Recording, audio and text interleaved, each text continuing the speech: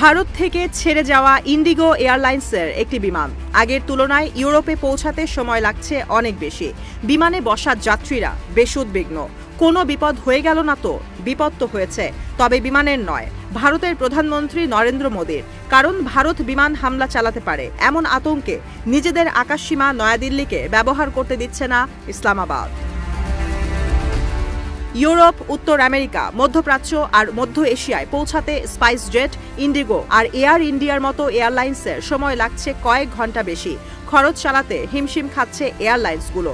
এই অতিরিক্ত পথ পাড়ি দিতে গিয়ে ব্যয় হচ্ছে অতিরিক্ত জ্বালানি। সবচেয়ে বেশি ক্ষতিগ্রস্ত হয়েছে এয়ার ইন্ডিয়ার নয়াদিল্লির হাব। কারণ বিমানগুলোকে অনেক সময় পাড়ি দিতে হচ্ছে আরব সাগর, অনেক সময় মাইলের পর মাইল পাড়ি দিয়ে যেতে হচ্ছে উত্তর আমেরিকা, জ্বালানির জন্য থামতে হচ্ছে ইউরোপে। এতে করে 4 ঘন্টা বেশি যাত্রীদের থাকতে হচ্ছে বিমানে। ইন্ডিগোতে অতিরিক্ত সময় ক্ষেপণের কারণে অনেক রুটে বিমান চলাচলই বন্ধ করে দিয়েছে। কারণ ছোট এয়ারবাসের বিমানগুলো এত লম্বা পথ পাড়ি দেওয়ার মতো সক্ষমতা রাখে না। দিল্লি থেকে এয়ার ইন্ডিয়ার একটি ফ্লাইট শিকাগো যাওয়ার সময় 8 ঘন্টা লাগছে শুধু ভিয়েনা পৌঁছাতে। এরপর 1 ঘন্টা ট্রানজিট নিয়ে আরও 9 ঘন্টা উড্ডয়ন শেষে যুক্তরাষ্ট্রে পৌঁছাতে পারছে। নিউ ইয়র্কের ফ্লাইট কোপেনহেগেনে থেকে একই সময় ব্যয় করে যুক্তরাষ্ট্রে যাচ্ছে।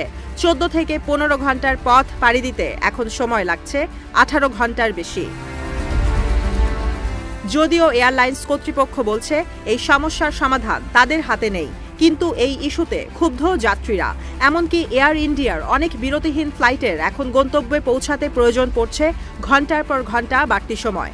দিল্লি থেকে টরেন্টোতে যেতে আগে সময় লাগত 13 ঘন্টা, এখন লাগে 15 ঘন্টা। Air India, spice jet, Indigo সব এয়ারলাইন্সের ব্যবসায়ী লাটে ওঠার অবস্থা।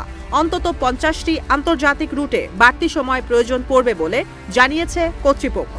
এই 3 এয়ারলাইন্স যাত্রীদের উদ্দেশ্যে জানিয়েছে তারা চাইলে ফ্লাইট বাতিল করতে পারে, শিডিউল পরিবর্তন করতে পারে। যদিও ভূরাজনৈতিক সংকটের কারণে এর আগে বিশ্বের আরও অনেক এয়ারলাইন্সগুলোকে এই সমস্যার মুখোমুখি হতে হয়েছে।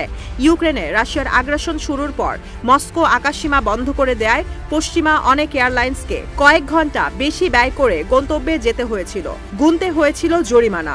গাজায় আগ্রাসনকে কেন্দ্র করে ইসরায়েলের আকাশসীমা ব্যবহারে বিধিনিষেধ থাকায় মধ্যপ্রাচ্যের অনেক এয়ারলাইন্সও পড়েছিল বিপাকে।